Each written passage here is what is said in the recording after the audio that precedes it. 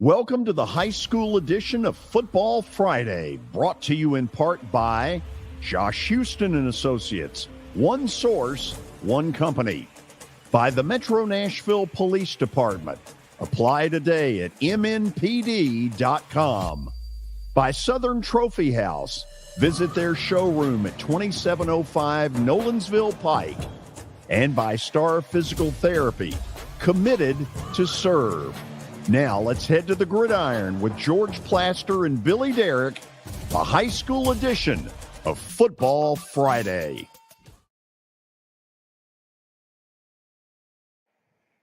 And hello again, everybody. Welcome in on this beautiful Friday in Nashville, Tennessee. Our show originating today from Pearl-Cohn. And tonight this is the site of an opening round TSSAA high school football playoff game between Pearl-Cohn, the Firebirds, and Lexington High School, which is as you go toward West Tennessee, mile marker 108 to be exact. Long trip for them. Yeah, it is a long trip, but they're ready to make it. Yeah. Hey, before we do anything, and by the way, Officer Garen Hoskins is going to join us. Yeah, wave to everybody. He's going to join us first because Tony Brunetti, the head coach here, a little behind on schedule. We'll get him in here in a few minutes. Before we do anything else, for those of you watching live, a lot of people last night saw a scary incident in Pittsburgh late in the game involving Titans wide receiver Traylon Burks. The word is considerably better than the way it looked last night. He is in concussion protocol. That much we do know.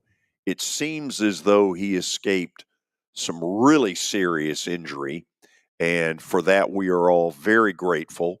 We'll talk about the Titans' performance in Pittsburgh during the 3 o'clock hour.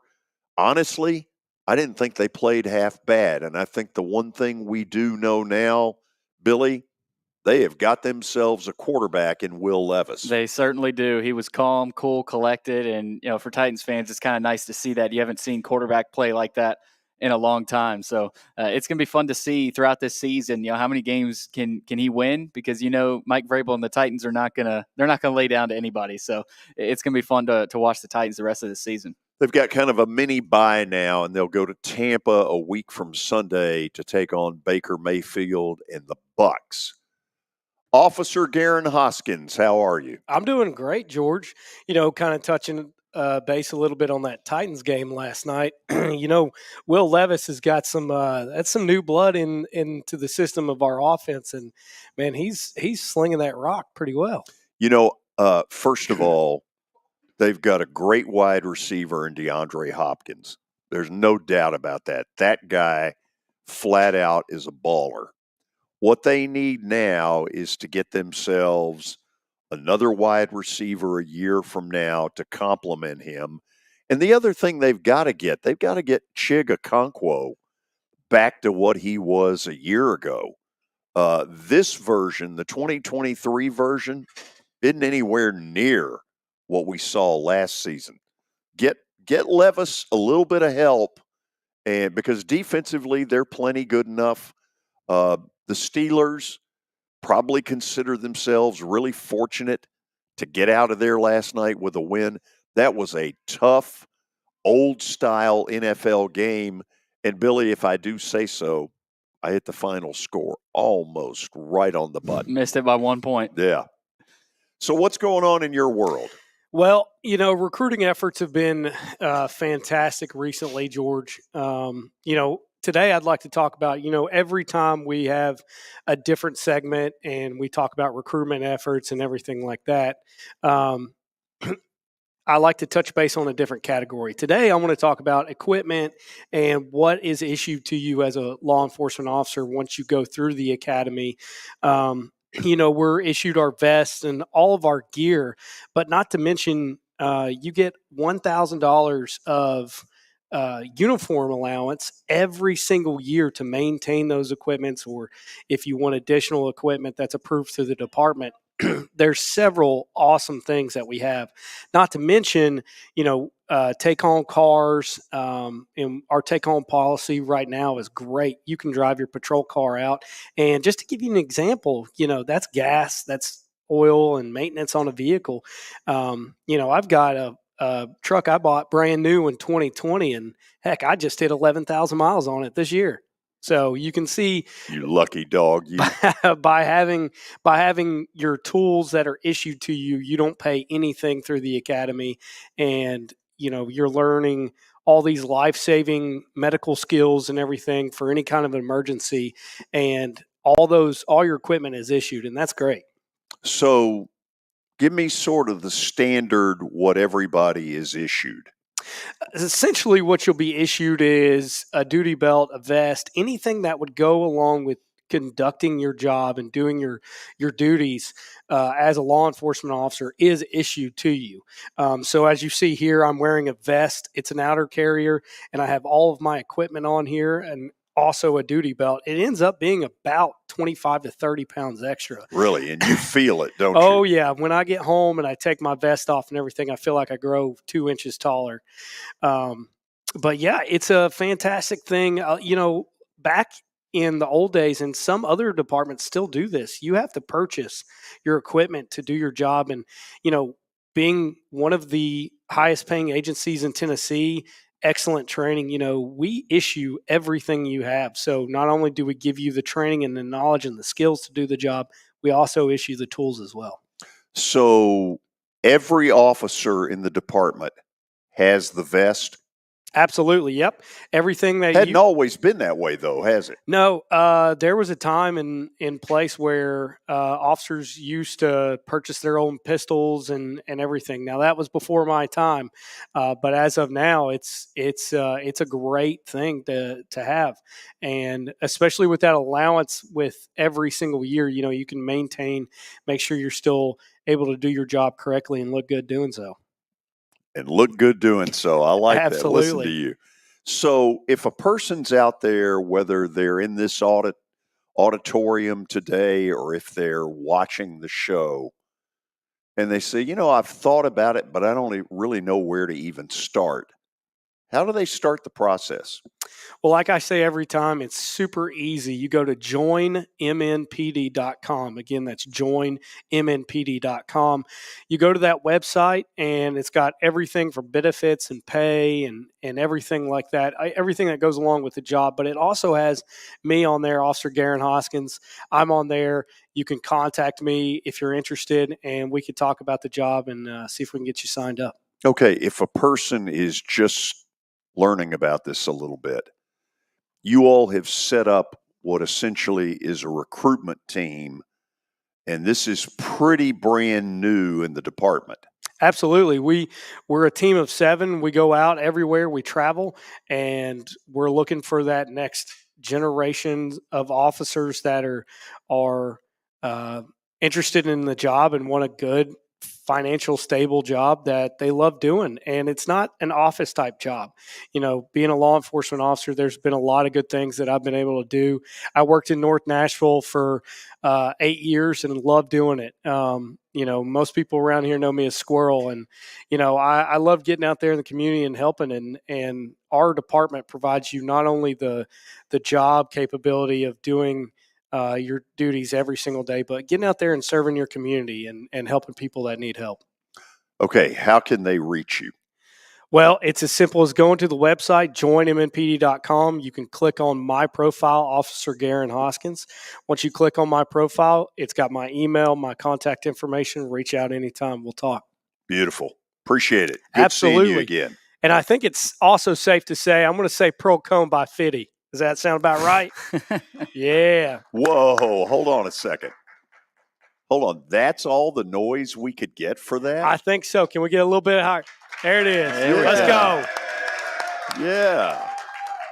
Hey, I've seen you guys play before, and man, I'm excited to see it tonight. So, well, they got everybody's attention early when they went to MBA and won, beat CPA. That got a lot of people's attention. This is a good football team. It is. Looking forward to the game. Yeah. Thank you as always. Absolutely, George. So, Billy, read through that stat. We're in a little bit of a stall because Tony Brunetti, scheduled to be here right at 2:00, it has not been able to work out that way. Go through that stat again that you tossed out there yesterday, because that's pretty amazing. Yeah, it's awesome. Coach Brunetti can become the all-time winningest coach in Metro with 3 more wins. So they need 3 more wins, this team does, to In make Metro history. Yeah, it's pretty amazing. Wow. It's Now, unbelievable. I don't know who number 2 is. I'm taking a wild guess that it is Nick Koutras at Overton. He built Overton into a state power in the 70s and the 80s. If you know something different, share it. Yeah, I haven't seen it. Tyler Palmatier from the Tennessean wrote a great piece. He did not include the coach who he might be passing, but I'm sure it's out there somewhere. But it is not in the piece. But it's a great piece if you haven't seen it. Yeah, pretty amazing stuff. Good for him. Yeah. Hopefully he'll be able to join us after our first break as we broadcast from the Pearl-Cohn campus. And, you know, Billy, if you go back a ways, back when it was Pearl, before it was Cohn, this was one of the all-time great basketball programs in this city. The late Perry Wallace, who ended up starring at Vanderbilt. And I think we have Coach Brunetti now. Yeah. So let's do this. We'll take our first break, and then Coach Tony Brunetti will join us from the campus of Pearl-Cohn. We're back with more of Football Friday after this. Looking for more than just awards and trophies? Southern Trophy House is your one-stop solution. For over 60 years, their team has created lasting impressions with a personalized touch. From embroidery to screen-printed apparel to corporate awards, signs, and name badges, they have everything you need to keep your brand shining bright. With their knowledgeable customer service team, you can relax as they create, produce, pack, and ship merchandise and awards on time and on budget. That includes etched crystal awards, custom-cut acrylic name badges, embroidered Richardson ball caps, banners, screen-printed T-shirts, laser-engraved Yeti cups, and knives. Recognize your hard-working team from Southern Trophy House, where they do their best to help you recognize your best. Located at 2705 Nolensville Pike in Nashville, give them a holler, 615-256-7295. Visit southerntrophy.com. Southern Trophy House, for all your personalization and recognition needs.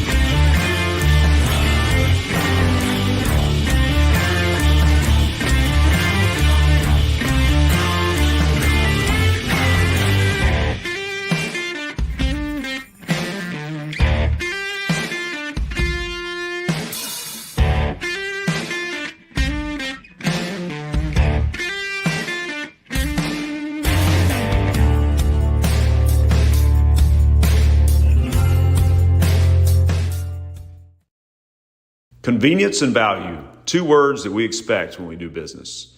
Our goal at JHA Company is to deliver just that, both to our school partners and to our customers. Whether you're purchasing photos, yearbooks, class jewelry, letter jackets, school spirit wear, or senior graduation products, we strive to make the experience easy, convenient, and cost-effective. Find out more at jhacompany.com or call 615-867-6345 for more information. JHA, one source, one company. Okay, let's see if the group inside this beautiful auditorium is awake, we welcome to our microphones the head football coach at Pearl-Cohn, Coach Tony Brunetti. I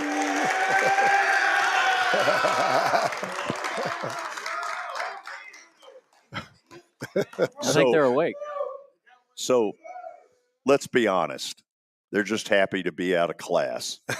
Oh, yeah. They get out of class time and to be able to chill and relax, that's what they love doing.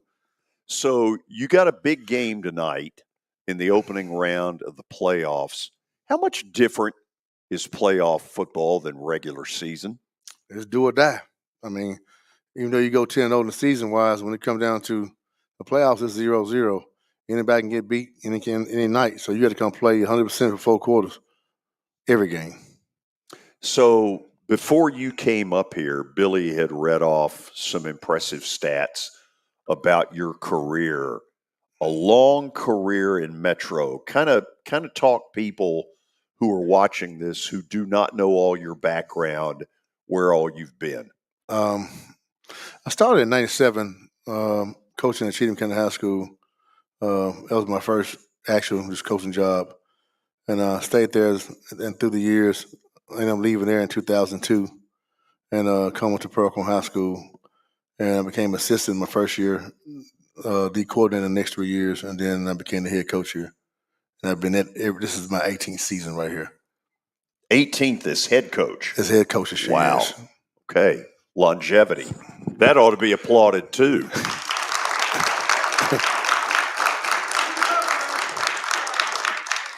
They're just happy to be out of class.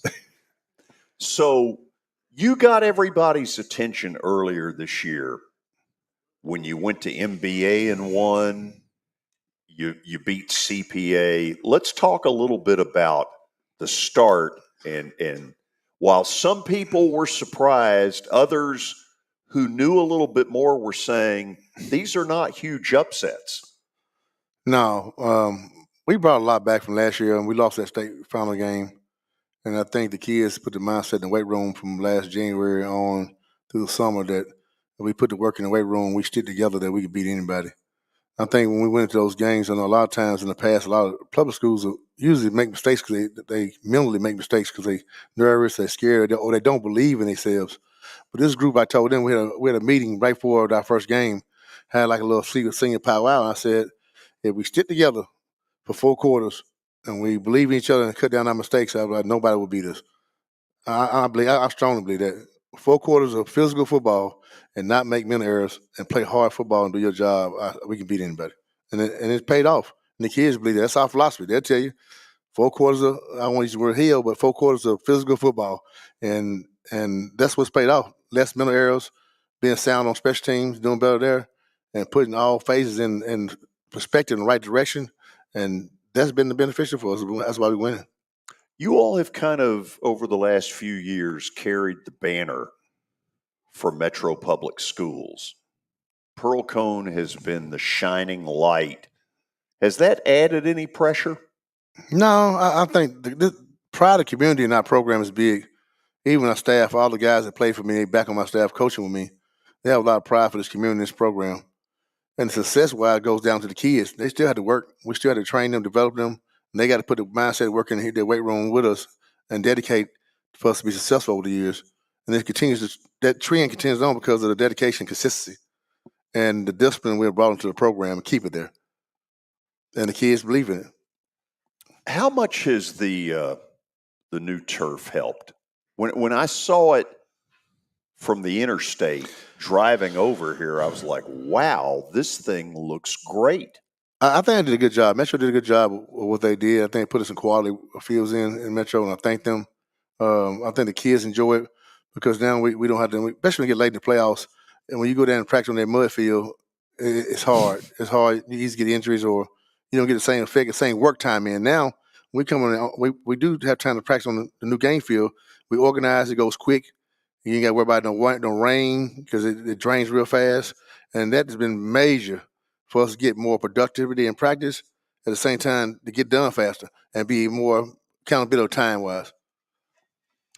You and Billy were here yesterday in the auditorium, and you all spent a good 30 minutes rumbling through some of the former players that you have had. Now, obviously, the first one that I recognized was Keyshawn Vaughn, who, when he came back to Vandy, had a terrific couple of years under Derek Mason. Now is playing a really significant role with the Tampa Bay Bucks. But Billy, spout out some of the others that the There's two too of many. y'all were going through. Oh, Barryon Brown at Kentucky right now. Obviously had a touchdown against Tennessee last weekend. Jaden Harrison, who actually started at Vandy, his career, he transferred to Marshall, is another kid. Brain DeVault Smith is another kid that played here. 18 years, you get a lot of those. So a lot of Vanderbilt kids, and that's something that stood out to me. Right, these aren't just kids that are going to Group of Five or FCS schools. These are kids going to programs like Vanderbilt in the SEC and Kentucky and other big time programs, and even a school like Marshall who's done really well this year. Yeah, I guess right now I can't really keep count. I know one thing. About 2 years ago, Coach Davis said, "Hey, let me write something down." And at one time, it had to be, I guess, last year, wasn't it? We just wrote down some ideas. What kids at one time? It was last year. We had 33 kids active playing college football in 1 year, all over the country. 33. Yeah, it was crazy. That's insane. And we got a couple playing the pros and some playing in the semi-pros and the Mexican League down there, and they're doing well in life. And it was like, wow, that many kids being active in school, in the grad program. A lot of them graduating with their grad degrees, but they still active in school playing ball. And that's amazing for any inner city, especially in the city program. People say that they talk about academics with us, but we do a good job of having a plan for our kids, and success for our kids. And they tell you, I always show them a plan, how to make it. If you follow the plan and trust the process, what I always say, guys, trust the process. If you trust the process, I promise you, opportunities will come for you. We'll work hard for you to get an opportunity to get in school somewhere. And that's what's been a success. That's why people come to our program and come to our school. But we're a diamond in the rough, y'all. We're a diamond in the rough. And people don't realize we've had probably now going on 5 kids to come through Vanderbilt to play for my program. I don't think any metro school's done that at one time. So part of that is their ability. That has to be the first thing. But a coach.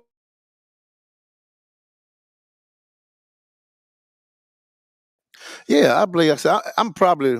I don't say I'm a dying breed, but I believe I do all help with highlighting their plays. I tell them to pull their plays, their clips. I cut it up. I put it together. I send it out. I make sure they have transcripts together. I make sure their schedules together. And the staff, we work together. Make sure they stay on point, being student athletes. That's the bottom line, being student athletes first. And that's paying off. If you're a student athlete first, the rest of it is easy. The football is easy. Because you got gifts, it's going to shine and come out. And opportunities will come for other schools to offer you scholarships. That's awesome. So right now, how many people on your football team will end up playing somewhere on the college level, if you had to guess? If I had to guess, if it was not for the transfer portal, and that's something that's out there now. Yeah, we're going to get into that in a minute. I feel in this class right here, I can sign at least 13 kids. Wow. I believe that. One thing about me, man, I love kids going to school. If you don't know anything about me, the kids tell you I love seeing young men go to school. And either academically or athletically, on an athletic scholarship. Because some kids might choose to want to play football. I've had kids in the past that had opportunities to go play football on an athletic scholarship, chose not to play no more and take the academic route because their grades is in a good situation. And I'm thinking this class right now, how many we got? We might have, 7 in the top 10?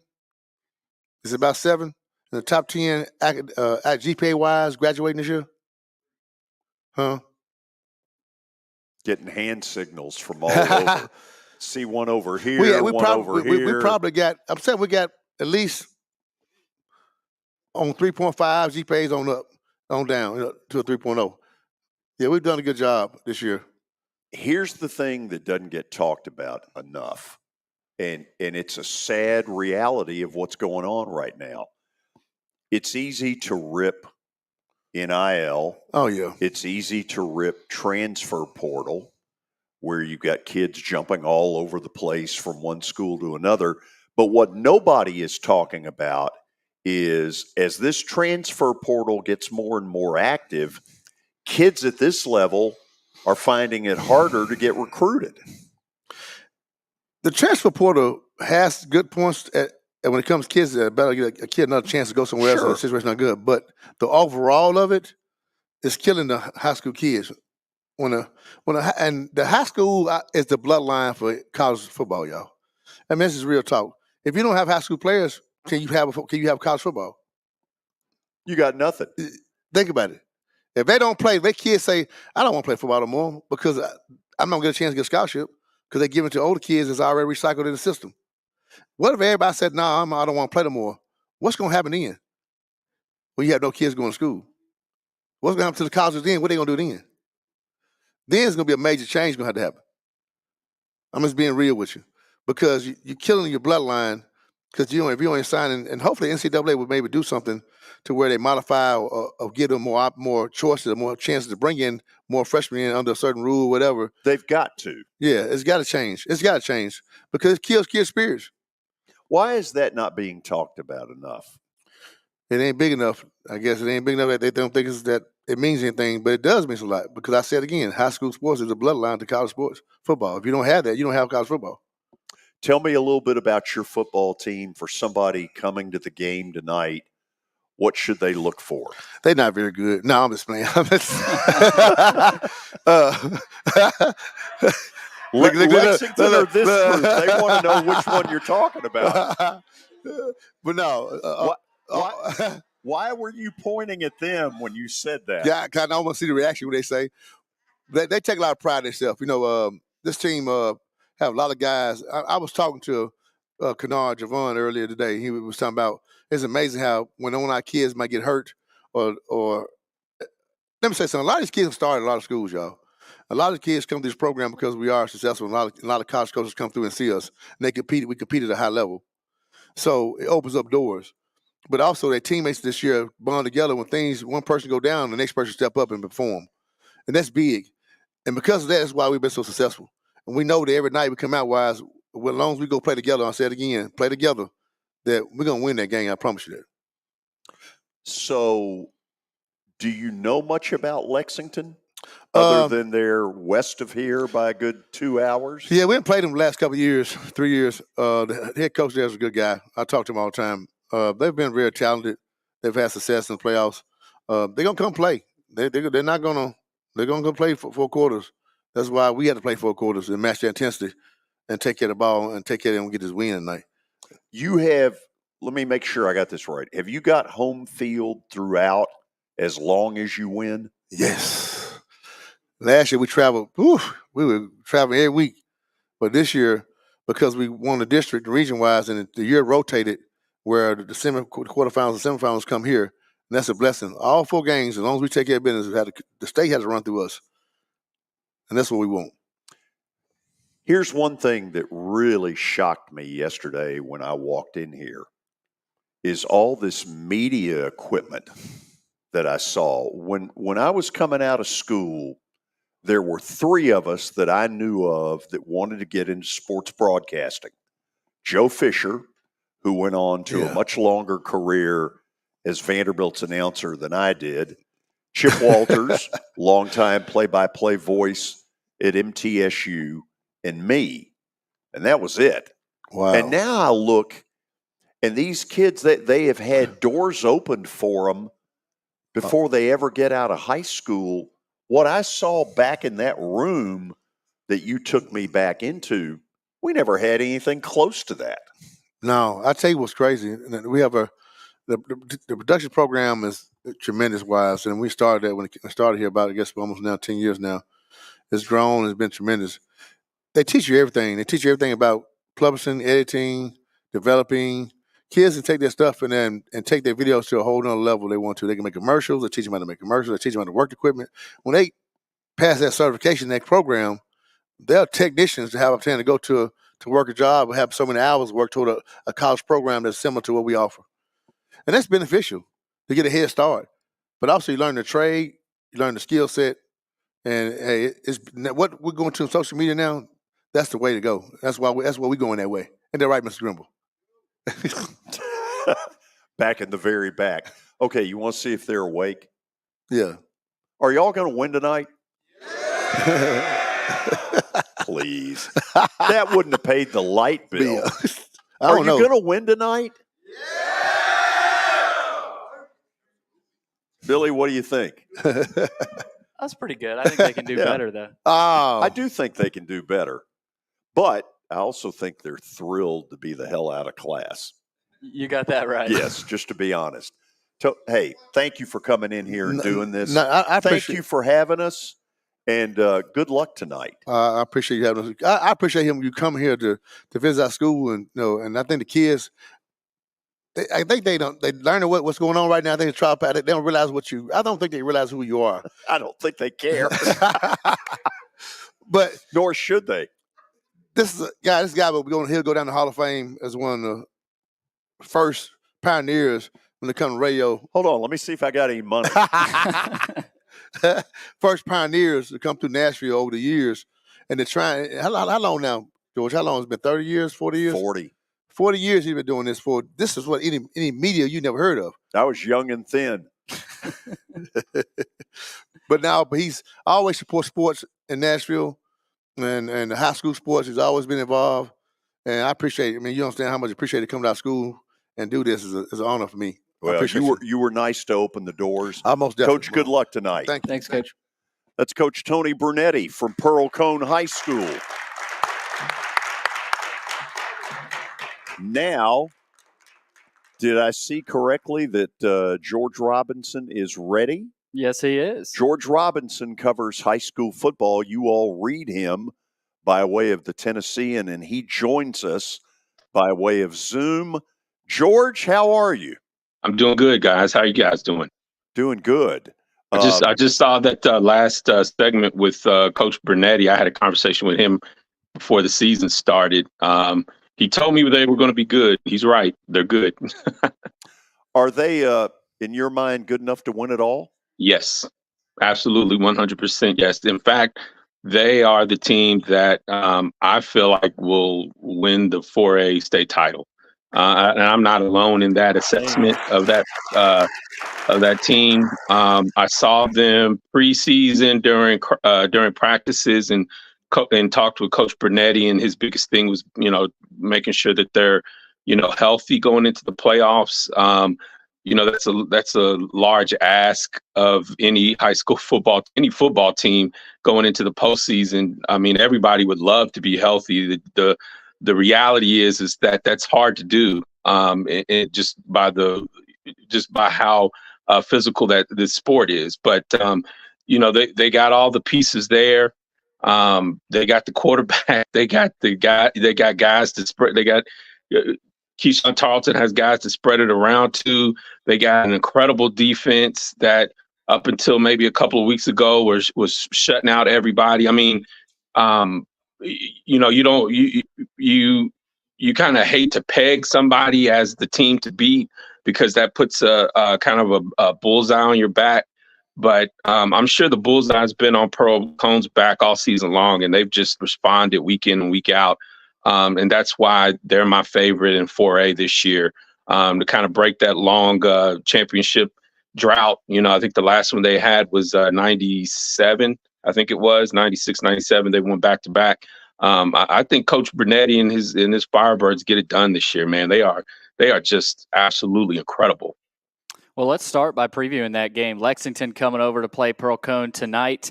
You mentioned the talent that Pearl-Cohn has. Not sure if you know much about Lexington. I don't think Georgia and I do. It's mile marker 108. Not necessarily a team we cover, but obviously it's never easy in the playoffs. What do you look at in this matchup specifically? Well, the thing I keep going back to with Pearl-Cohn is their speed. I've talked about it all year long. Anytime we've talked about Pearl-Cohn and the teams that they're facing, I thought Marshall County last week, did about as good of a job as you're going to do against Pearl-Cohn. That still wasn't really a close game.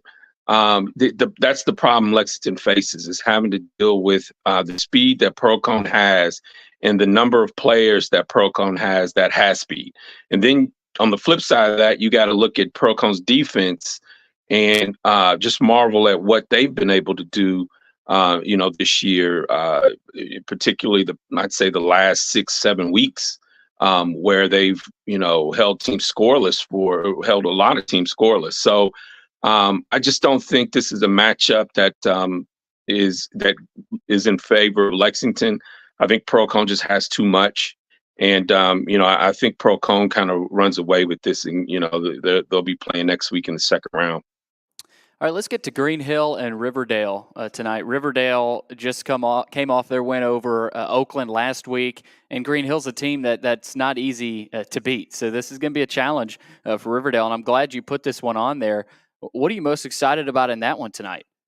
Yeah, I mean, Riverdale had probably the biggest win, or one of the biggest wins of the season in the Nashville area last week. They beat Oakland. Now, I don't know if people are aware that Coach Kevin Creasy in Oakland hasn't lost a region game since Creasy's been there, and he's been there 9 years. Yeah. So they hadn't lost a region game in Creasy's entire career as Oakland's head coach. Riverdale beat them, came from behind and beat them on a wild 2-point conversion pass that was tipped up in the air a few times, and a Riverdale player comes down with it and gets the 2-point conversion. They end up beating Oakland and winning the region. So that was a huge lift for Riverdale going into the playoffs. Like you said, they play a very good Green Hill team. That's very, very good defensively. Green Hill dominated Mount Juliet, who's kind of been struggling over the past couple of weeks. I think Mount Juliet was 8-0, and then they've lost 2 straight. So, they're kind of struggling going in the playoffs. But you got to give Green Hill a lot of credit. That's a very, very good team. I think Riverdale probably has too many weapons. Braden Graham is among the top quarterbacks in Middle Tennessee. I think he trails George McIntyre at Brentwood Academy in terms of passing yards. I think they're like 1-2 in passing yards in the area. So Braden Graham's thrown like 35, 36 touchdowns. He's only had like 2 interceptions. Extremely efficient. Then he's got guys like Jalen Thompson, who's a Michigan State commit. Brock Montgomery, who's probably one of the better wide receivers in Middle Tennessee. He's going to UConn. They got a lot of talent on that side. I think they probably have a little bit too much talent, maybe for Green Hill. But I think this could be a close game. I think Green Hill can make it close. I like Green Hill's defense. I just don't know that they have enough against Riverdale tonight. All right, let's go to Nolensville and Tullahoma. Of course, Nolensville out of Williamson County, tough one here to have to go on the road here. Tullahoma is a team that has had their fair share of success as well. So, what are you looking for in this one, Nolensville and Tullahoma? Yeah, these are 2 very similar teams in the fact that Region 5 and Region 6. I don't think anybody in those 2 regions have played each other during the regular season, but both regions play similar styles in that they're 2 very, very good leagues that have very good defenses. Nolensville is one of them. Centennial is one of them. In Region 6, you got Page and schools like that. Tullahoma is the same way. Tullahoma, Shelbyville, Columbia, I think is in Region 5 as well. Those are 2 leagues that play defense that play some really staunch defense. I mean, they're really, really good defensively. All those teams. I think Tullahoma's defense probably is giving up around 13 points a game. I do think Nolensville is talented enough to score. The issue is going to be whether or not their quarterback Ty Collins is available. I mean, he's kind of been banged up late in the season, kind of been in and out of the lineup. I don't know his availability for tonight. I would think that if he's not playing, I think that helps Tullahoma. I think if he is playing, I mean, it's still going to be tough for Nolensville to pull that game out going on the road to Tullahoma. But if he's not playing, that just makes it even tougher for Nolensville, who would have to then rely on Zion Tamaska, who's their running back, who's done a fantastic job. But that's a lot to ask of a kid to sort of carry the load offensively when Tamaska's not the biggest back in the world. And he'll be having to face that Tullahoma defense. So I kind of like Tullahoma in this game just because they're at home. They play so well defensively, and I'm not sure about Ty Collins's availability for Nolensville, the quarterback. All right, last one real quick. We talked a lot about Centennial this year. They welcome Columbia Central for a tough one in the first round there. What do you look at here? Centennial's a team that we've seen a lot of flashes from this year. They've looked really good, had a couple of tough losses, but what do you look at in this one? Yeah, Centennial was sort of rolling along too until that last back half of the season. They start to face those really good region teams, those teams in their region that are really good defensively, like Page and teams like that. So they've probably slowed down a little bit, but I got a lot of faith in Jamal Stewart, their first year coach. If anybody knows how to coach in the playoffs, it's him. I mean, he took East Nashville to 2 straight 3A state championship games the previous 2 years. So he knows this is nothing new to Jamal Stewart. I think he'll have Centennial ready. Centennial's sort of like Nolensville in the fact that they've had some injury issues as well. Their running back Tanner Lee has kind of been in and out of the lineup as well with a bum ankle, and so Dominic Reed has kind of stepped up, for much of the season in the running game.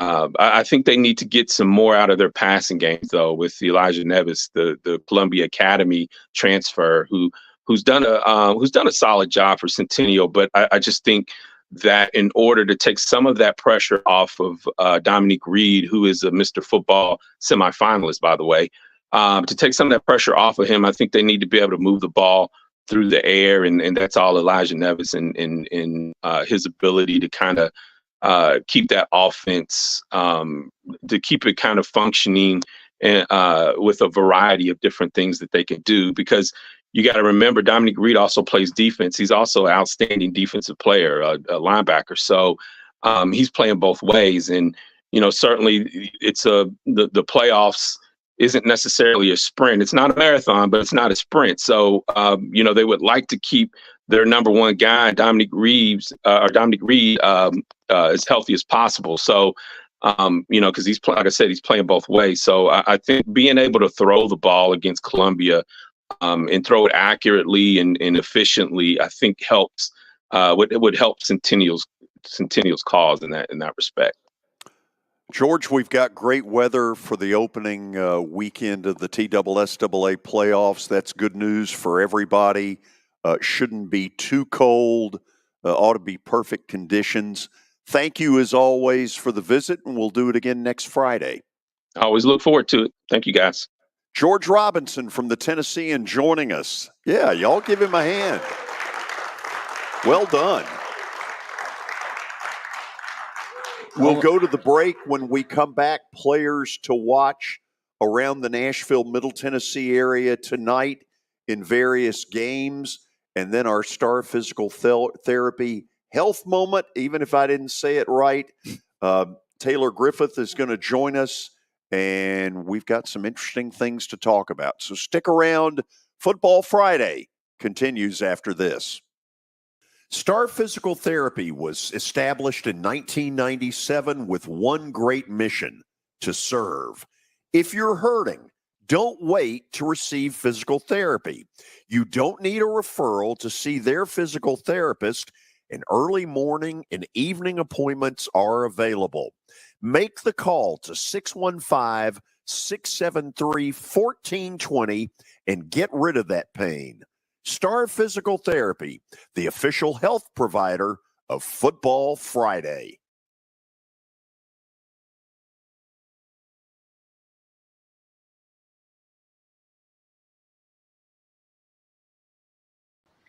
All right, I'm here with my buddy Chip Ward from Lincoln Home Loans. And Chip, it's football season, and it feels like it's moving season every time of the year, especially here in Nashville. Tell us about your business, Chip, and kind of introduce people to who you are and what you do here in the Nashville area. Well, you're exactly right, Billy. It is definitely moving season, as it is most times, especially right here after Labor Day. Kids are back in school, and people are starting to think they want to get settled in before the holidays. And so what we are doing is right now we are getting a lot of people pre-approved for home loans. Inventory has ticked up a little bit.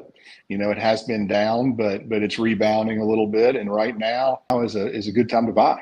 Chip, real quick before I let you go, tell people how they can reach you. And if someone is interested in your business, how would they reach out to you? Well, sure. At Lincoln Home Loans, you can reach me at 615-500-7579. My URL for my application page is chipward.net, and my email address is simply chip@chipward.net. And so I'd love to hear from anybody. I can answer any questions about the whole home buying and financing process.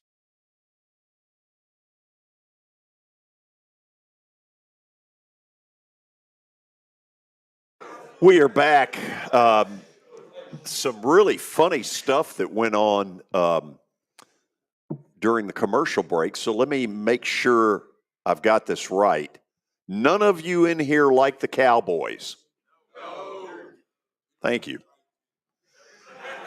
Okay, Billy, we have players to watch tonight. Where are we going with that? Yeah, we got a lot of players to watch tonight, George. We're going to start with Columbia Central. Their running back, Caden McCoy. He's got 1,446 rushing yards this season and 19 touchdowns. So Columbia Central looking to go over to Centennial and beat them. Caden McCoy will certainly be a guy to watch. And then you got to go with Keyshawn Tarleton right here at Pearl-Cohn, the quarterback for the Firebirds. 1,700. Hold on a minute. That was very polite, is all that was. What's the young guy's name? Keyshawn Tarleton. There he is. He's been. Hold on. Let's get him. Let's get him on camera. Stand up. Are you any good? So Tarleton, he's had a phenomenal year. 1,754 passing yards, 27 touchdowns, and only 3 interceptions. So knock on wood. Hopefully, there's no more interceptions here in the postseason. Hasn't thrown many of them, so he's going to be fun to watch these playoffs. What year?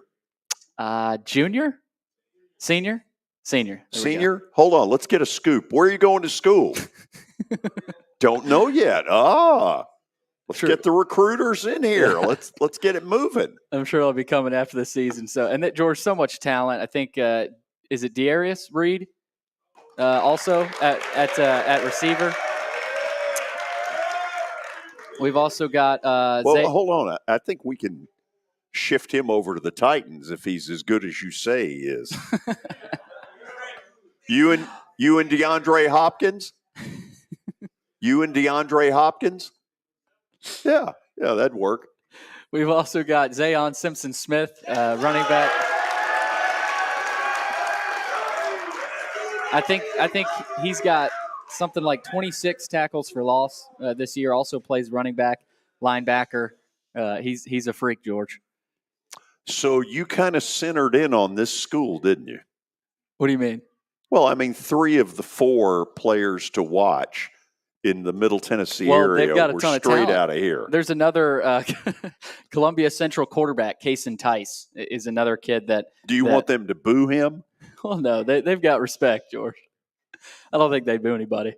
But 724 yards on the season, 4 touchdowns. He does have 6 interceptions, but their running back for Columbia Central, Caden McCoy, carries that team. So obviously that's who we got. And obviously, George, a player to watch from last week, and he is our player of the week. If we're ready to get to him, or do you want to save that? We're not, but what the heck? Okay. What the heck? It's brought to us, by the way, by Southern Trophy House. Yep, brought to you by Southern Trophy House. Jackson Kilberg, quarterback at Lipscomb Academy. He led 3 touchdown drives in the first 9 minutes of the second half in their win over McCallie last week. And, of course, unfortunately, they're not able to play in the playoffs because of everything that happened. But he also scored on a quarterback sneak that served as a game-winning touchdown. So, congratulations to Jackson Kilberg, quarterback at Lipscomb Academy. You know, we had 2 really weird final scores last week. Lipscomb, just hours after finding out that they were ineligible to get into postseason, beat McCallie. They did, yeah. I don't think a lot of people saw that one coming. No. And I'm not sure a lot of people saw Riverdale beating Oakland. No. I've seen the 2-point conversion that won it. It's absolutely insane. Yeah. That is a battle between those two schools that is worth watching. Yeah, I was texting Kelly during it, and he was there. But yeah, that was one of the best games of the week, and maybe game of the year right here with how it ended. But yeah, thank you to Southern Trophy House for bringing us that. Absolutely. Now we move into our Star Physical Therapy health moment. We tried to get Taylor Griffith on earlier this year and couldn't pull it off with some of the technology. I think we've got her face, though. I think we do. Taylor, how are you? Good. How are you? Okay, excellent. We have got a connection here. If at first you don't succeed, keep trying. You're bringing a topic up that none of us really know a lot about, and that is diabetes and how that has to work into trying to play football. Talk to me a little bit about where you're going with that. Yeah, so I think a common misconception is that athletes, like, you can't play sports if you have type 1 or type 2 diabetes, but that's really not the case. Um, they definitely can, and there's different ways to monitor that for sure. Well, help me with it, because like a lot of people watching this, I'm completely clueless. So kind of spell it out. What kind of things do you have to look for if you're dealing with that and trying to play football? Yeah, so there's definitely some different considerations for them. The first thing is you have to monitor their blood sugar, before, during, and after activity.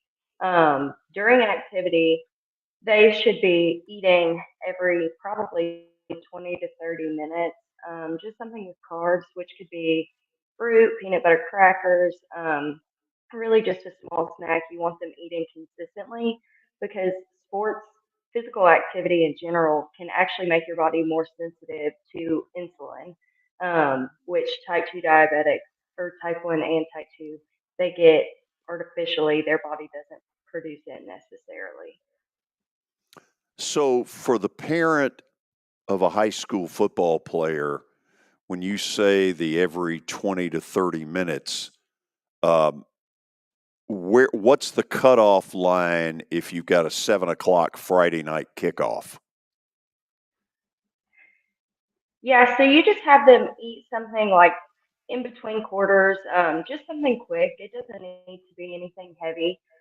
They also need to eat adequately before the game, just so that they're at a steady state and we're not trying to play catch up. Taylor, in the athletic trainer world, or even for a parent trying to monitor as a game goes on, what are some warning signs if things have not gone the way you've planned? What is it that needs to be looked for? Yeah, so, well, there are different ways to monitor, right? So you can prick your finger and get a blood sugar reading that way. Um, And most people who deal with diabetes, they're used to pricking their finger. It's not really a big deal to them. And then there's also something called a Dexcom, which is attached to them and gives constant readings. And there's a lot that connects to that. Um, I had a football player this year who he would just give me his phone and we could monitor his blood sugar that way through the app because he had a Dexcom. So I could see when he was too high or too low. But otherwise, warning signs are, I mean, athletes, they know their bodies and they've been dealing with this probably since they were younger. Most of the time, they'll come tell you, like, hey, I have a headache. Hey, I'm not feeling right. Hey, something feels off. And then we can get that reading. Am I right that it's a lot easier now to to keep up with all this than it would have been, say, 10 or 20 years ago? Oh, absolutely. So much easier. Especially because they have the constant monitoring options of Dexcoms and other brands that monitor all the time. So leave me with this. Once a game is over and you've got a student athlete in your family that's had diabetes issues, what kind of things need to be done after a game, after all the 3 hours of sweating and all that kind of stuff? Then what? They need to eat a meal that is high in carbs. Obviously, you monitor. They don't need to. There's really not many special considerations for a game. All athletes need to be eating a meal that's high in carbs after a football game. You just exerted a lot of energy. But for diabetics, just making sure that we're still at a good blood sugar, that we're nice and steady. You don't really want too many highs and lows. Another thing to consider is they're about to eat and then they're going to go to sleep.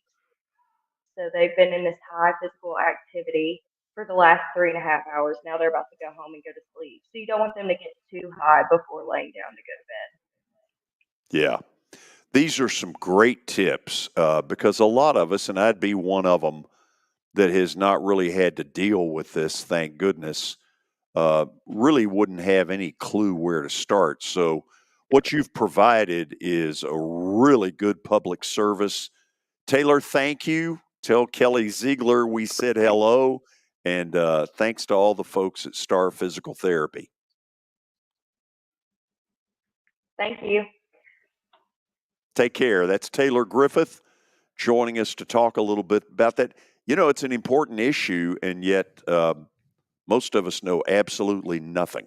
Yeah, it's just something you don't really think about. But, especially when you get into these playoff games, a lot of them are a lot more physical. You got to rest, relax, prepare, but then you got to go out and play a 4-quarter game. So there's all kinds of, things you got to be worried about, especially from a trainer's perspective.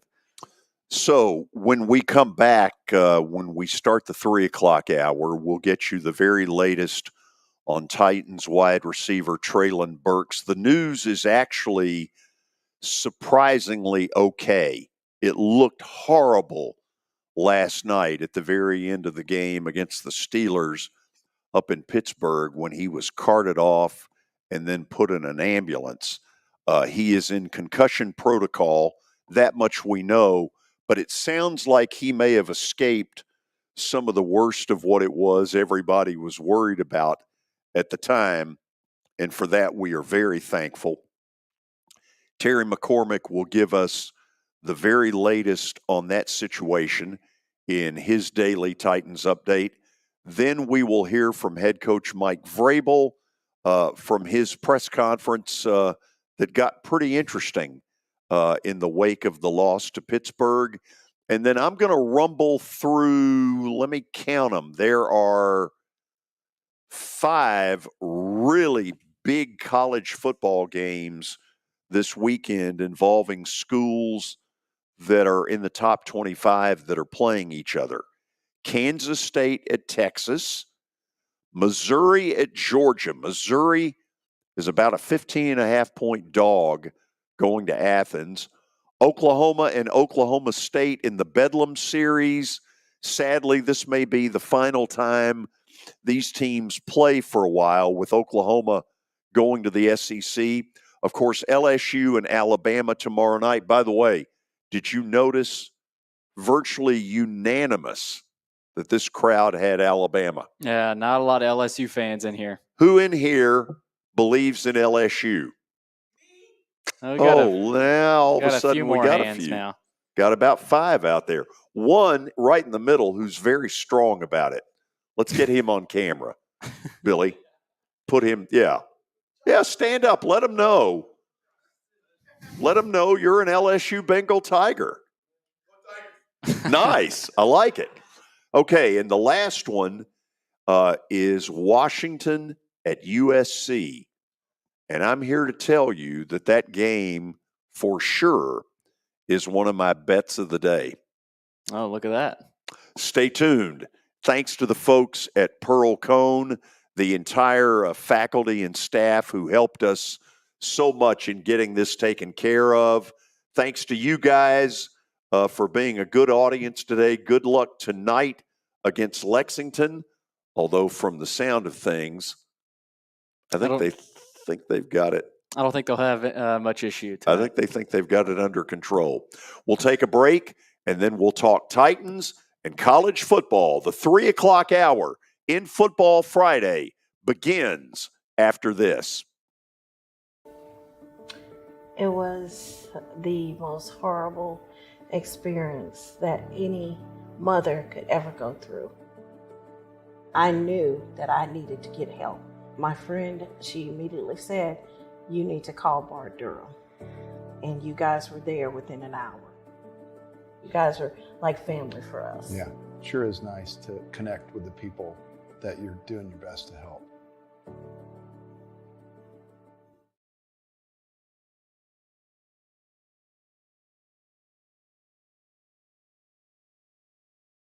As the trusted premier custom home builder in Middle Tennessee, Donnelly Timmons has over 20 years of experience in the industry. Whether you're looking to build your dream home or renovate your current home, their team will ensure that every client and every remodel is unique, luxurious, and completed on time within budget. Founders Dustin Timmons and Joey Donnelly have over 25 years of construction experience in the Nashville area. Together, they have completed projects in Forest Hills, Oak Hill, Green Hills, Franklin, and Brentwood. Dustin and Joey believe that communication is the most important aspect of all construction projects. Therefore, they personally manage each project themselves and are involved in job site activities on a daily basis. Their commitment to quality and integrity has earned them an outstanding reputation among their clients. Contact them to set an appointment for a free consultation or to view some of their completed projects. Give them a call at 615-456-7983 or log on to DonnellyTimmons.com. I'm Watson Brown. I'm Kelly Holcomb. I'm Billy Derrick. We're the George Plaster Show. We've been Nashville's best sports talk for the last 30 years. And you know what? We still are. Catch us live weekdays from 2 to 4 p.m. Central Time in Nashville on YouTube, Twitter, and Facebook. Also, the podcast version is available on Spotify and Apple Podcasts. Looking for more than just awards and trophies? Southern Trophy House is your one-stop solution. For over 60 years, their team has created lasting impressions with a personalized touch. From embroidery to screen-printed apparel to corporate awards, signs, and name badges, they have everything you need to keep your brand shining bright. With their knowledgeable customer service team, you can relax as they create, produce, pack, and ship merchandise and awards on time and on budget. That includes etched crystal awards, custom-cut acrylic, name badges, embroidered Richardson ball caps, banners, screen-printed T-shirts, laser-engraved Yeti cups, and knives.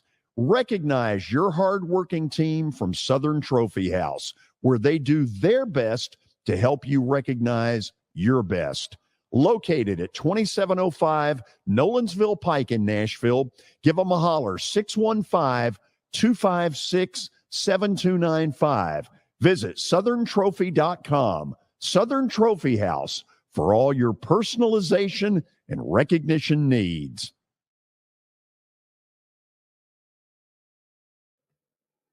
Okay, we'll stall around for just a moment. Terry McCormick should be joining us here in the next minute or two for his daily Titans update. The Titans lost last night in Pittsburgh. Most of you saw the game. 20-16 was the final score.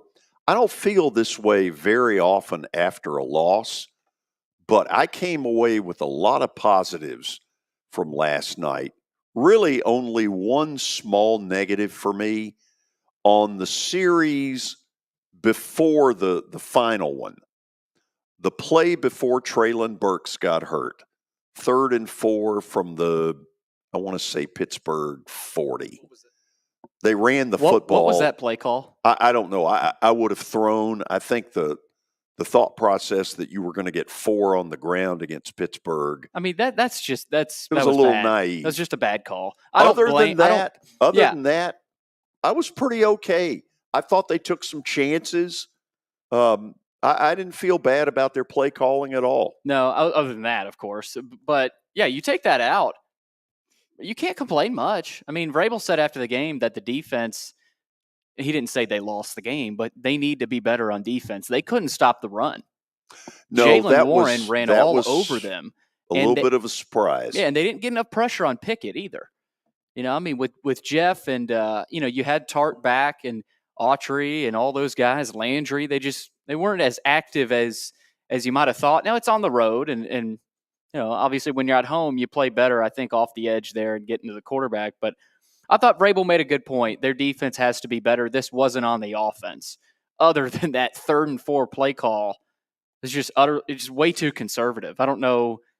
And if you're trying to get 3, I get that, right? Maybe. But at that point, where were they on the field?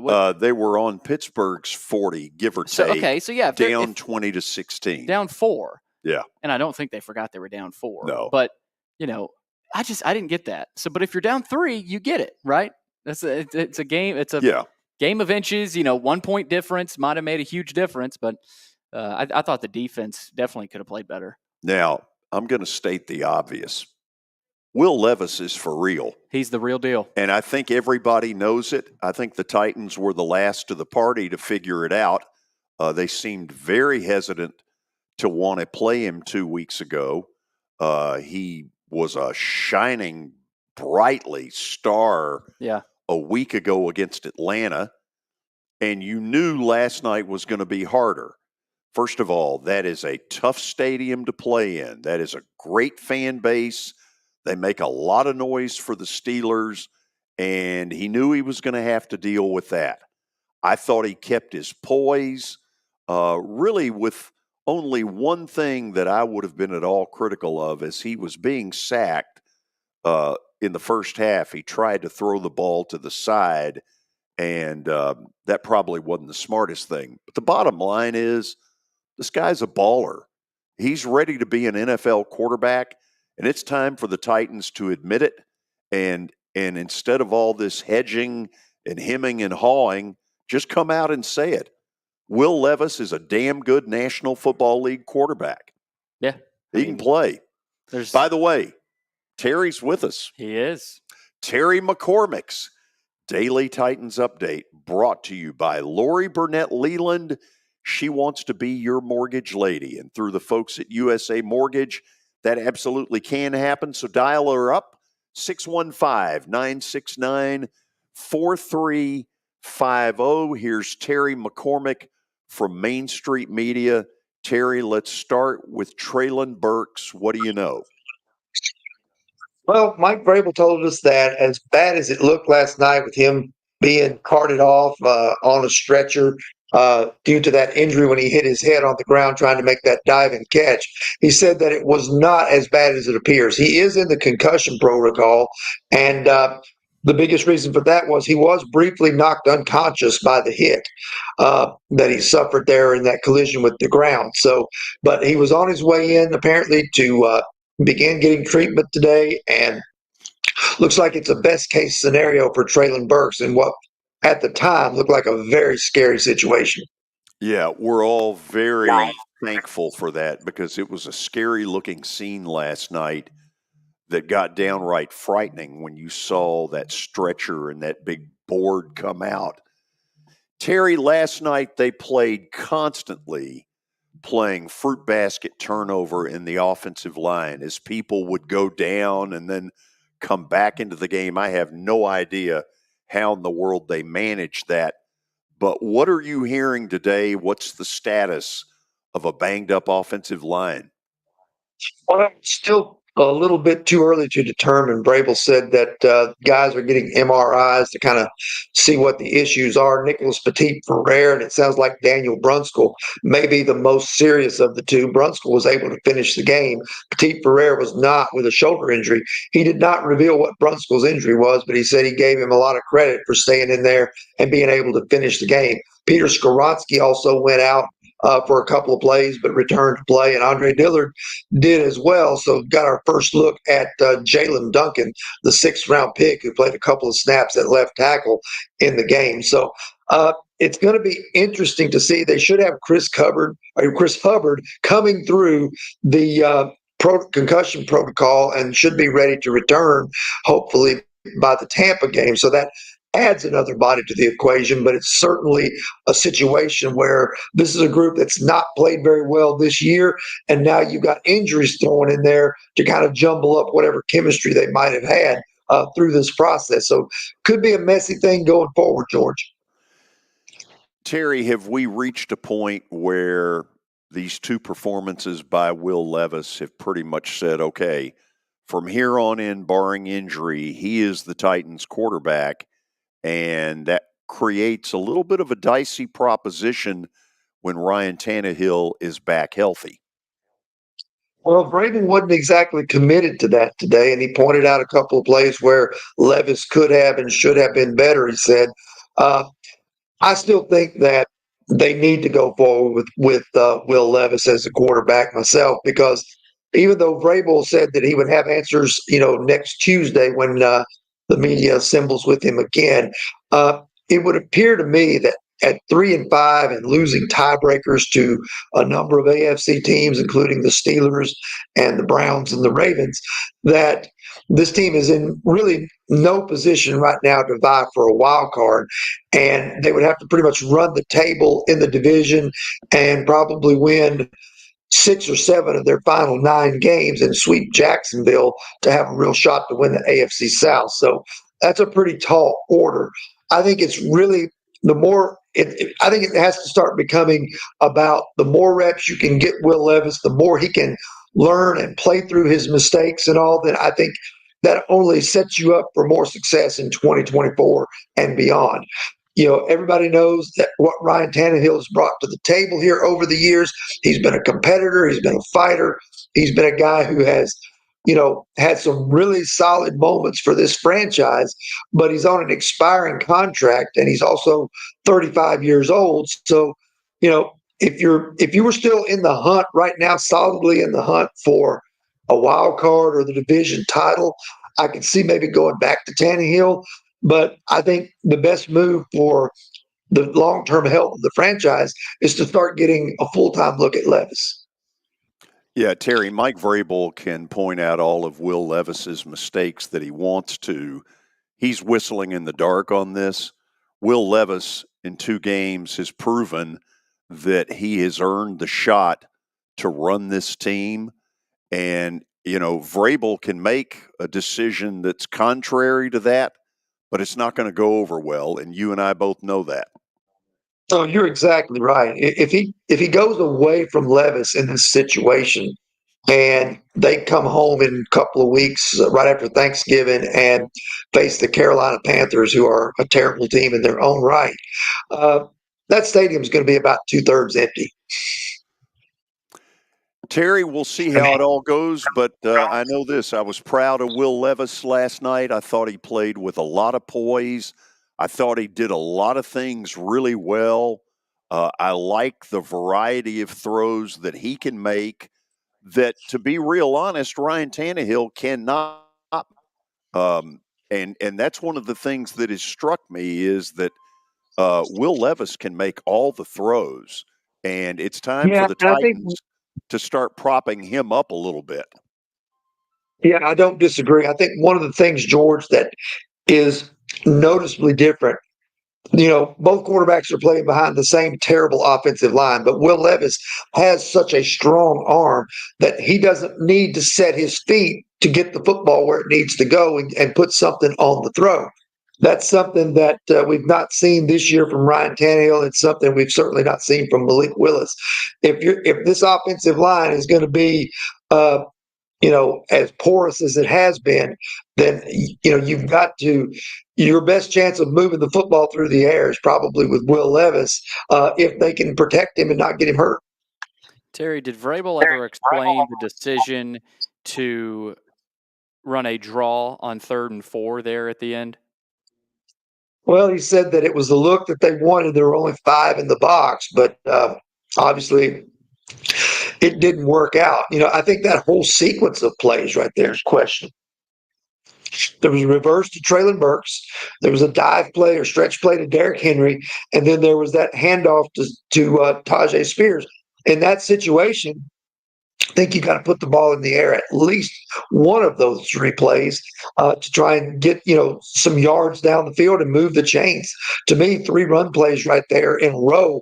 I fault not just the 3rd down play, but all of it, and then that puts you at 4th down. And then in reviewing the tape with a couple of the guys in the media room today, on that 4th down, he did have Kyle Phillips kind of breaking open on the slant. If he had seen that, he probably could have moved the chains with that pass on 4th down instead of going deep on the play that Traylon Burks got hurt on.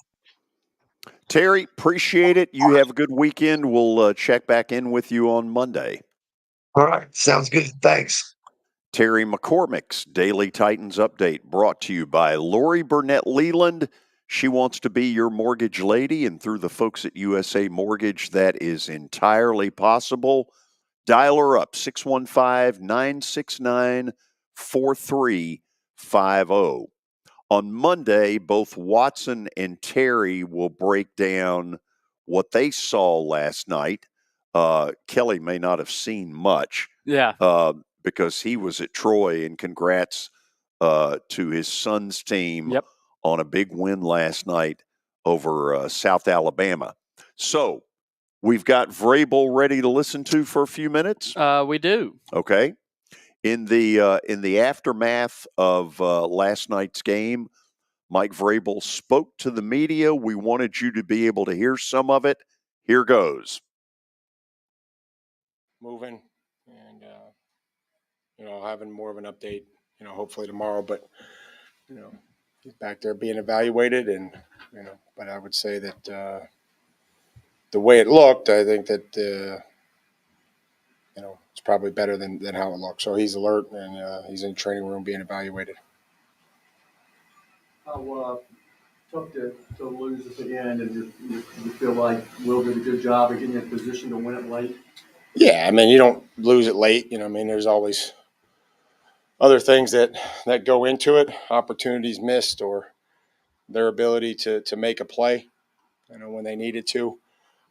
It's good to see us, continue to fight and get a stop, have an opportunity, get the ball down there and just trying to get it in the end zone, which is what we had to do. And, they made the play. Can you kind of take us through the sequence before the end of the first half with the field goal, the drive there?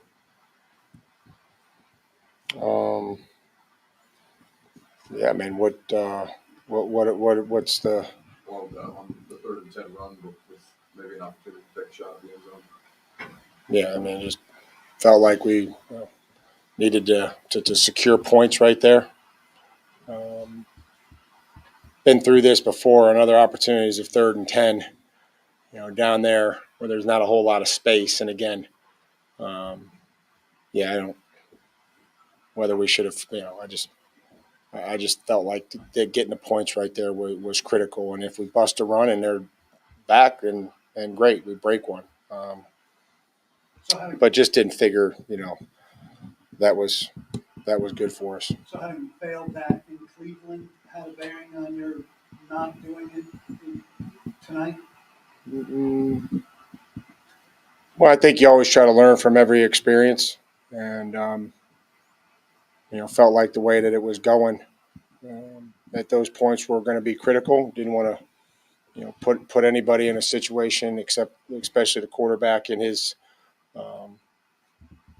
second start on the road in this environment. And again, if it was 3rd and 5 and we felt like a little bit favorable down in distance, so that's the decision that we made. Were you conservative with the three straight runs on the second to last possession before Brooks got hurt? Felt like, maybe four down territory. Thought we maybe, again, we've had other opportunities where we've caught them in some third down defense, slipped in there. It just wasn't executed very well. And so, I don't have an issue with the call. Knowing that we were going to go for it on fourth down, thought we may be able to slip, one of the more elusive players, especially on our team, if not, throughout the league, having an opportunity to slip a run in there when maybe they're running up the field or they're pass rushing. Didn't go that way. So a lot of certainly calls and performances and executions that can be second guessed. And I told Timmy that obviously it was four down. That's the call that we made. How do you know Levis executing the offense just in this loud environment? Fairly well. Again, no delay of games. Getting us in, and again, there were some things that will have to be better as far as just directionally, but I think that it was, again, we lost, so I'm not going to sit there and glorify that in his performance, but there were some good throws, there was some good protections, close on a couple runs. Third down was certainly a large factor in this game. How did you get the ball to Traylon on that fourth down, or was that just Will making a read? Well, he was pressed, and again, we were trying to get the ball downfield to Traylon, and thought that was a good opportunity.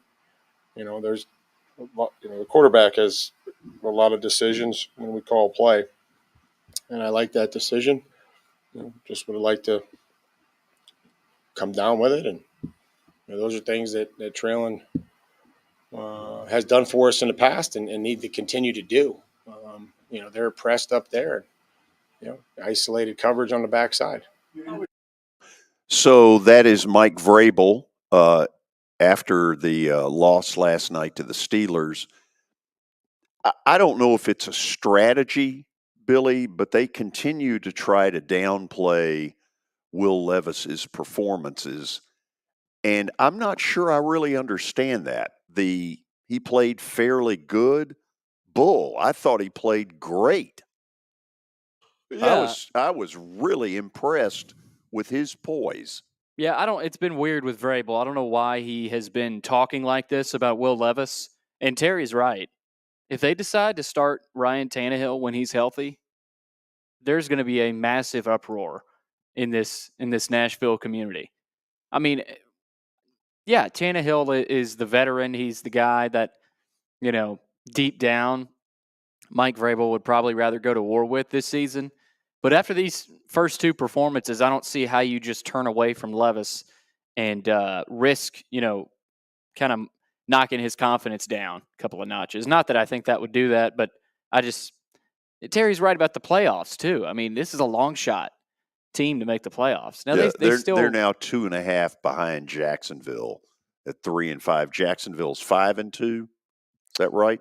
Yes, I think so. And I think the division is still attainable. As crazy as that sounds, I think it is. They got to play They still got to play Jacksonville twice. Both times. Yeah, it's a long shot. Yeah, still got to play Indianapolis one more time. Got to play Houston two more times. So, the opportunities are there. The division is not unattainable, but the wild card, like if they don't win the division, it doesn't look like they're getting the wild card, at least right now. No, I think this is a lot more about developing Will Levis, and the early returns are that they have undersold what his skill set is. And I guess, I don't know, I'm a little surprised by how much they keep underselling it, because the Will Levis that I'm watching and the Will Levis that they talk about feels like two different quarterbacks. Yeah, and we can't forget about, I think Terry made a good point about that fourth down. He did have Kyle Phillips in the middle of the field. That's a fair point. But he's also a rookie quarterback. So, you're not going to, he didn't play perfect, I don't think, but he played good enough. No, he played plenty good enough. Yeah, plenty good enough. There's still things to clean up, and the scary thing is about this for this division, if he does, clean up those small things, I think the Titans have a quarterback that can lead them to the playoffs this year. I really do, because they won last year. I know last week. I know it's the Falcons, and they almost went into Pittsburgh and beat them. So I think if he cleans up a couple of more of those things, the Titans are in good shape for the future. Yeah, and maybe not this year, but I say that pointing to maybe some success down the stretch of this season. You still got time. I think Levis is that kind of player, and they didn't give him a chance to go win that game. They handed the ball off 3 times, like Terry said, right? The reverse to Traylon Burks, and then you saw a handoff to Derrick Henry, and then a handoff on 3rd and 4 to Tajay Spears. I don't get why they didn't allow Levis to have the ball in his hands and go lead them to victory. I know he did in the last minute. Yeah, but Vrabel probably smartly is sticking up for his coach, his offensive coordinator, because what you're basically asking him to do is be critical of Tim Kelly. And, that's a hard one for a head coach to do. Yeah. And so, I admire that he doesn't. And I think Tim Kelly deserves a lot of credit these last couple of weeks, but it's like a lot of that was tarnished late in the game. And I was really confused by some of those decisions. But I still don't think that's what cost them the game. We haven't talked about their defense enough. Their run defense was awful. Yeah, it wasn't as good as it normally is. And that's one of their calling cards, being able to stop the run and get pressure on the quarterback. They weren't able to do that.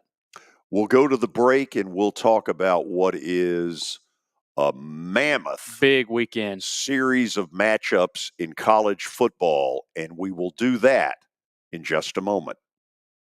Forget the fact that Sir Speedy Music City is owned by my BGA classmate James Warren. Their work stands on its own merit.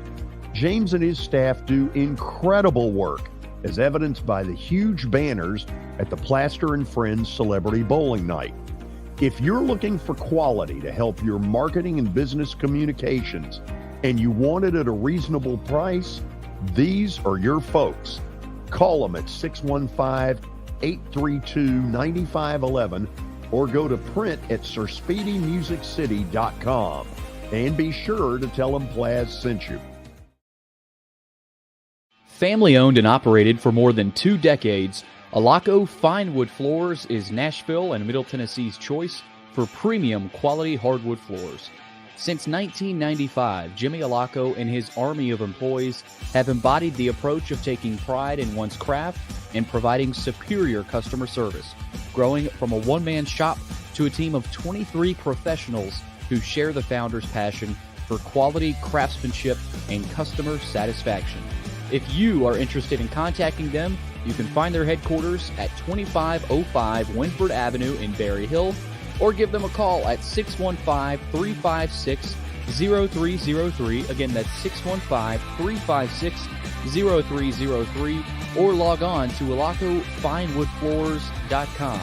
Alaco Fine Wood Floors, serving Middle Tennessee's hardwood flooring needs since 1995.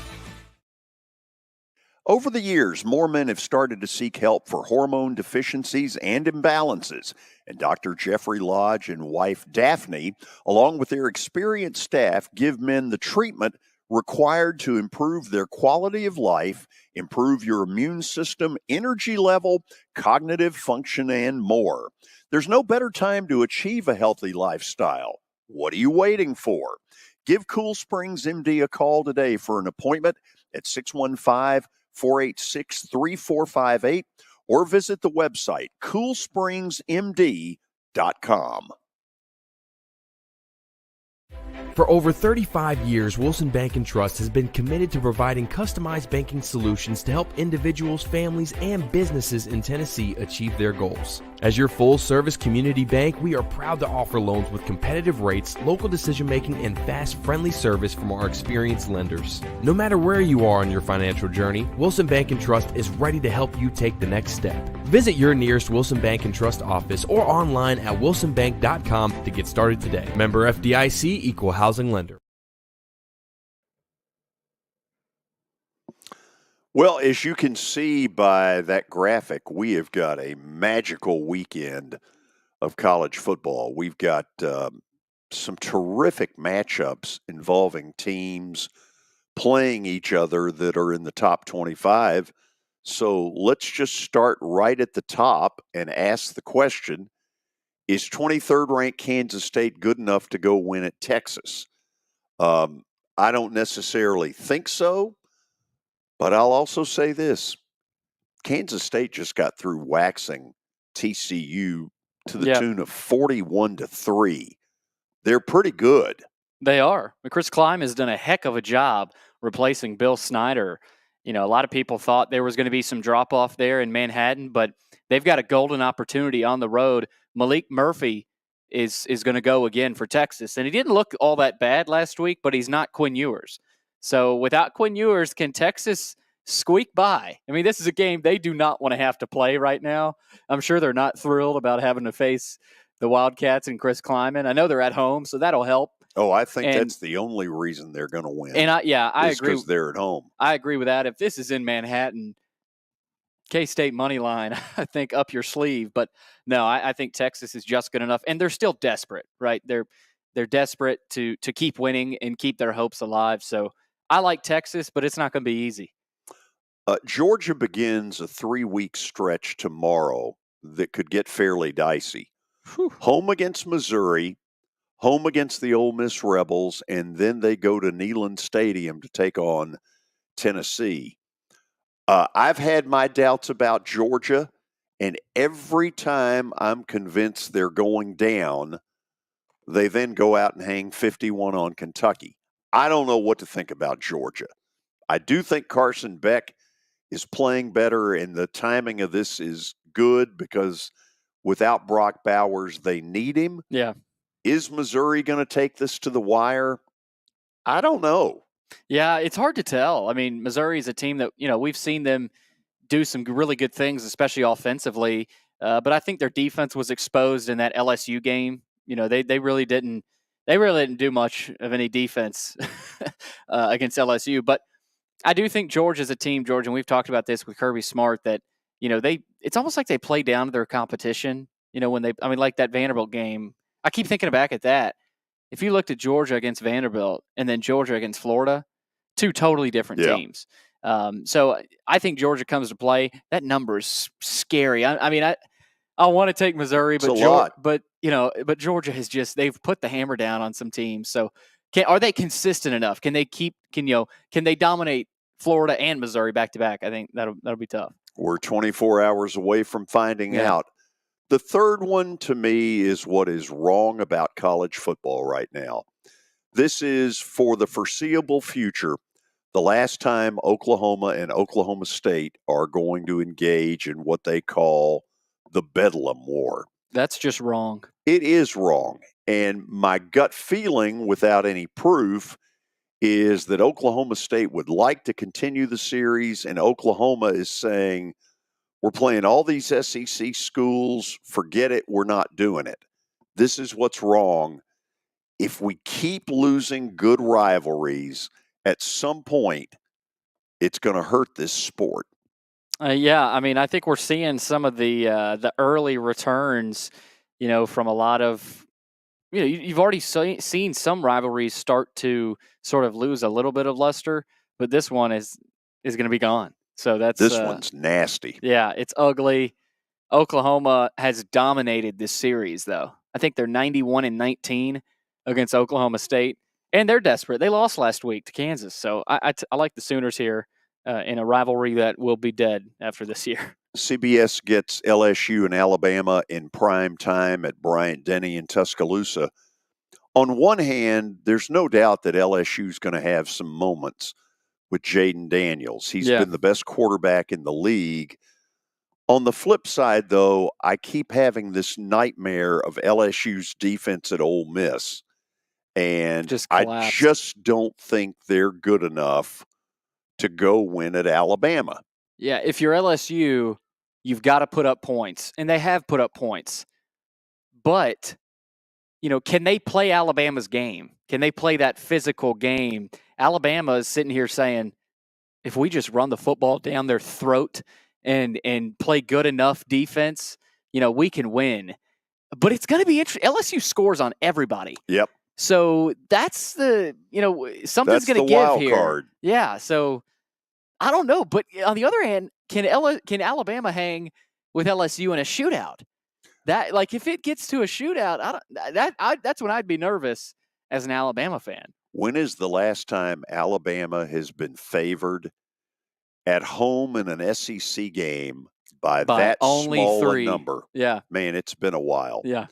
The last one, and I'm going to have a very strong opinion about it in 2 minutes, is what really is left in the Pac-12, now the Pac-2. Washington has got a home win against Oregon. Nobody believes in them if there's a rematch in the Pac-12 title game. Yeah. Everybody's just written them off. Jumping on the Oregon bandwagon, and now all of a sudden they got to go to the Coliseum. If the game were in Seattle, there is no doubt who wins. But because it's in LA, it at least causes a little bit of Indeed. Washington's a team that's been teetering on the verge of upset and, just kind of falling apart. They found a way to win. I think there's something to be said for that. But this is Caleb Williams and USC at USC, and a lot of people have written them off as well. Well, they're going to pack it up. Caleb Williams might opt out, which I think is ridiculous to even be talking about that this early. He might opt out of a bowl game, but they've got 3 games left. So both teams, really have been counted out and sort of, packed it up. But yeah, I have no clue in this one. No read on this one, but I think you do. Yes, I do. Okay, so let's get to Plaster's bet of the day, which in this case is 6 college games and 2 pro games. A little 2-0 night last night.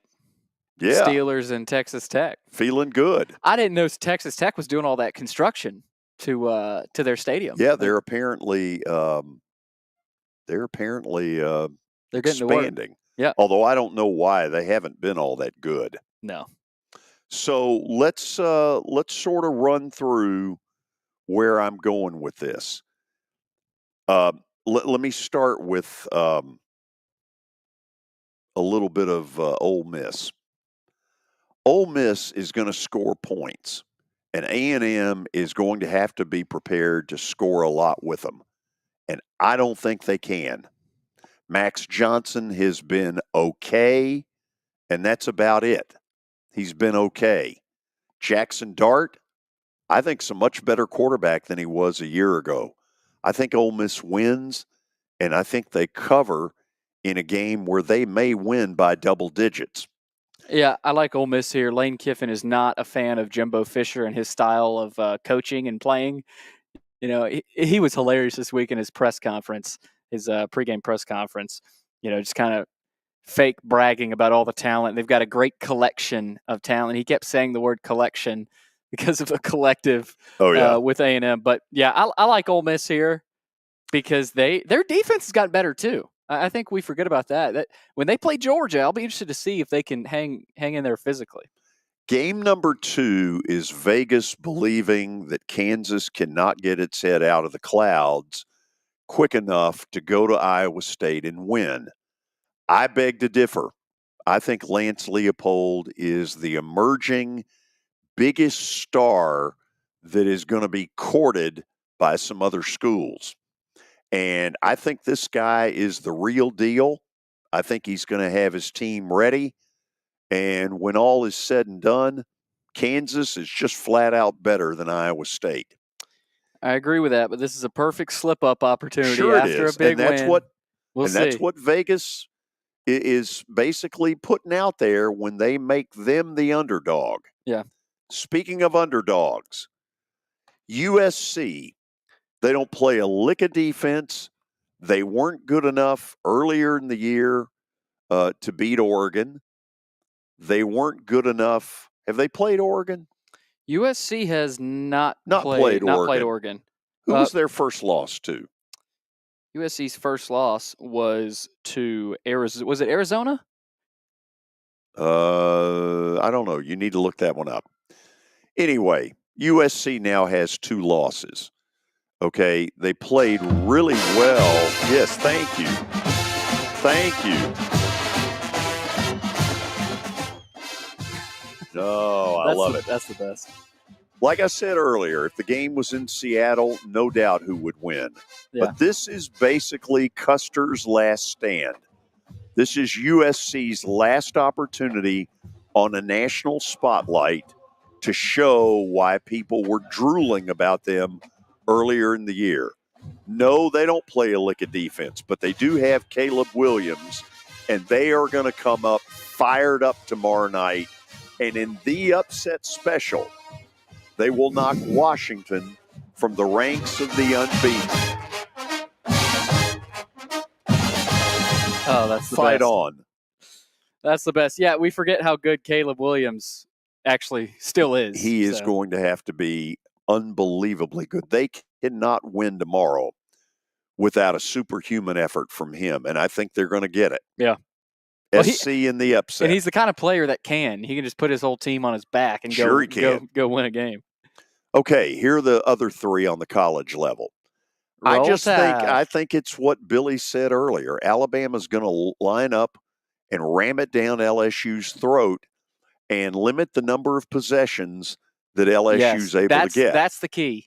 Yeah. Now, what happens if Jalen Milroe isn't very good? Then I'm probably going to be wrong. But you know what? And ever since Texas beat Alabama in September, this team has taken on a new identity. Yes, they have. Nick Saban's done his best coaching job maybe ever, and Alabama -3 at home is going to be good enough. I like it.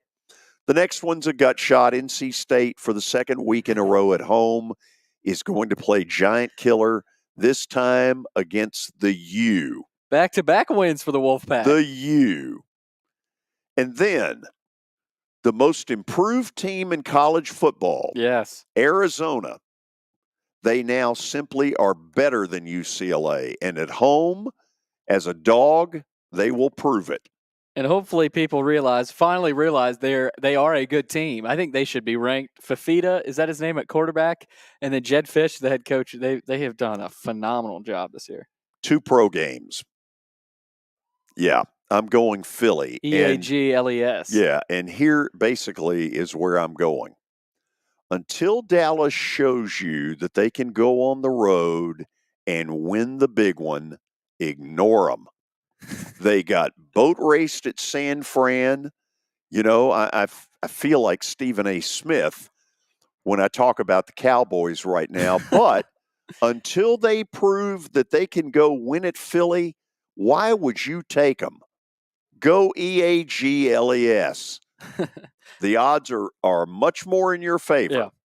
Yeah, I mean, big game, pick against the Cowboys. It's pretty easy. The second one is simply this.